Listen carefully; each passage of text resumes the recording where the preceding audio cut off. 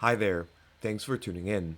Today, we're going to be doing an analysis and valuation of Getty Images holdings. Now, you've probably seen those Getty Images watermarks somewhere there, but in case you don't know, they provide stock photos and video footage for people and enterprises. So let's get started. Now, essentially, what they do is they sell these stock photos or stock video to content partners and content consumers. So they have people create for them, they have people take stock photos for them. They have over 300 content partners and almost 500,000 contributors. And they basically sell that to consumers in over 200 countries. They have a lot of traffic, and these images you can't find anywhere else, right? They have this very large library of content that you cannot find in any other place. And they also really like selling that to enterprise, right? They have long-term relationships with enterprise level customers, which is great because that's a larger business and usually a little more sticky than an individual consumer. They also can create a lot of value. They're saying that they have a subscription business model where they have corporate customers. They can upsell videos, which will be more expensive than stock photos. They can also use AI and even NFTs, which, whatever. But still, they can leverage a lot of things in order to keep growing and keep that pipeline going. And they also provide in their 10K a competitive analysis with their competition, such as iStock and Unsplash. Essentially, what they're saying is that their key customer here is enterprise customers. Well, for the others, it may not be. And they are on that more premium end of these stock photos or stock videos, while iStock and Unsplash, yes, they have very good quality stock photos and videos. I personally use Unsplash, for example, but Getty Images is at the premium end of the offering. So let's take a look at the financial statements. Now you'll see that it is a growing company. Revenue is growing or has been growing from 2020. We only really have information from 2020 since that's when it became public. It went public through a spec. And since then, it's been growing, though the growth has slowed down a lot from 2021 to 2022, which is a narrative we see with a lot of different companies. Their income from operations is also growing, which we like to see, and pretty much at the same ratio as the revenue. They do have a lot of costs that go away with the selling, general, and administrative expenses, so they do have a lot of fixed costs. But here's what I want to show you. Look at this fat interest expense. Essentially, more than half of the income from operations goes away in the interest expense. This must mean that they have a ton of debt, because you'll see here between the interest expense and how much they lost based on warrants, which may be a one-time thing, and taxes and whatnot, they actually end up having negative net income rather than positive net income. So that's very, very important to note. They have such a large interest expense that even though operationally they're profitable, in the net, the thing they get in the bottom line is actually negative some years. Now, I want to look at the statement of cash flows because that way we can understand why they actually have positive free cash flow as opposed to that negative net income. And mainly depreciation and amortization make up for that deficiency in net income. And then you have a few other items also making up that difference. But essentially, these are the things that you have to take a note of, right?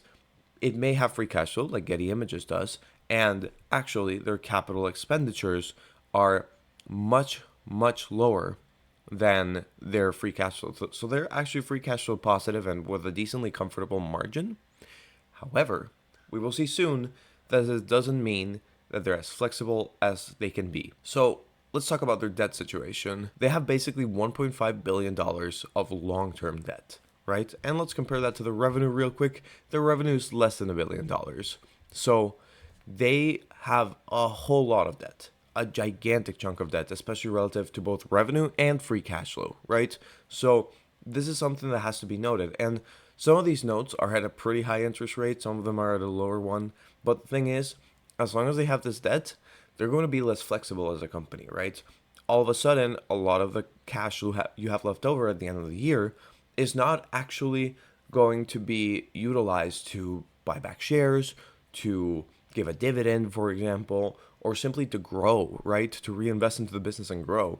a lot of this free cash flow is going to be tied up into those repayments of debt. So that's very important to note within the debt situation. Now, I can use these free cash flow numbers to do a discounted cash flow model and show the fair value of Getty Images. So what I'm doing here is giving it essentially a little bit less than 3%, basically a 2.5% growth rate for 2023. This is per analyst estimates in Yahoo Finance. And then basically giving it a 3% growth rate from 2024 onwards. And also in perpetuity, I have a perpetual growth rate of 3% and a required rate of return of 11%, which is 1% per year more than the market. Now, with that, the fair value of the equity would be $3.30. But if we had the net debt, which, as I said, is over $1 billion, then our fair value would actually go into the negatives and would be negative 16 cents when we include that net debt, right? Well, maybe it's not entirely fair to include net debt if a lot of it is paid in the very, very long term. Essentially, inflation is going to shave down the cost of that debt because they're paying with tomorrow's money. But we're including it here. We're being conservative, right? We want a company that shows us that they have value despite the debt, right? So this is crazy. 16 cents with net debt included.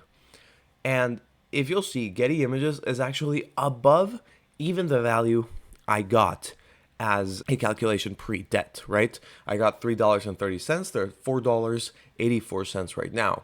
And as you'll see, they had a gigantic tumble over the last year, right? They even traded at about $30 at one point, which is crazy. And you'll see that this is pure speculation.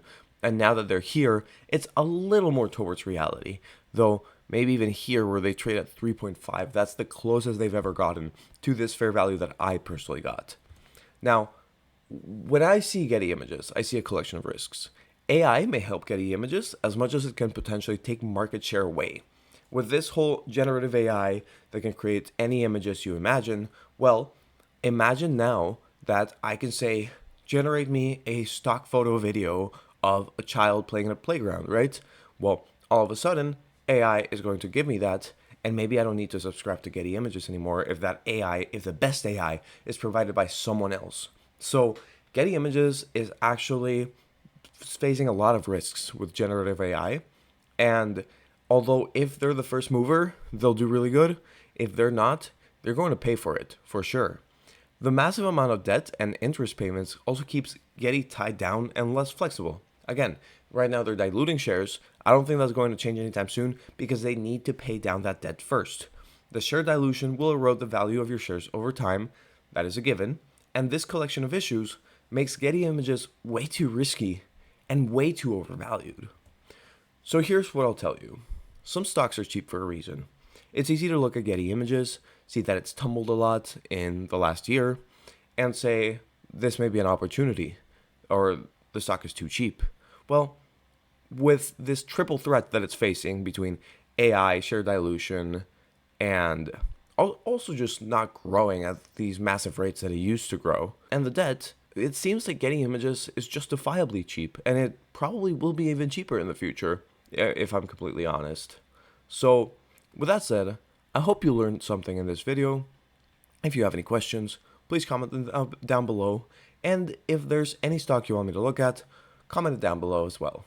I'm sure I will read all the comments. Now, if you like this video, please like and subscribe. And with that said, I hope you have a great rest of your day.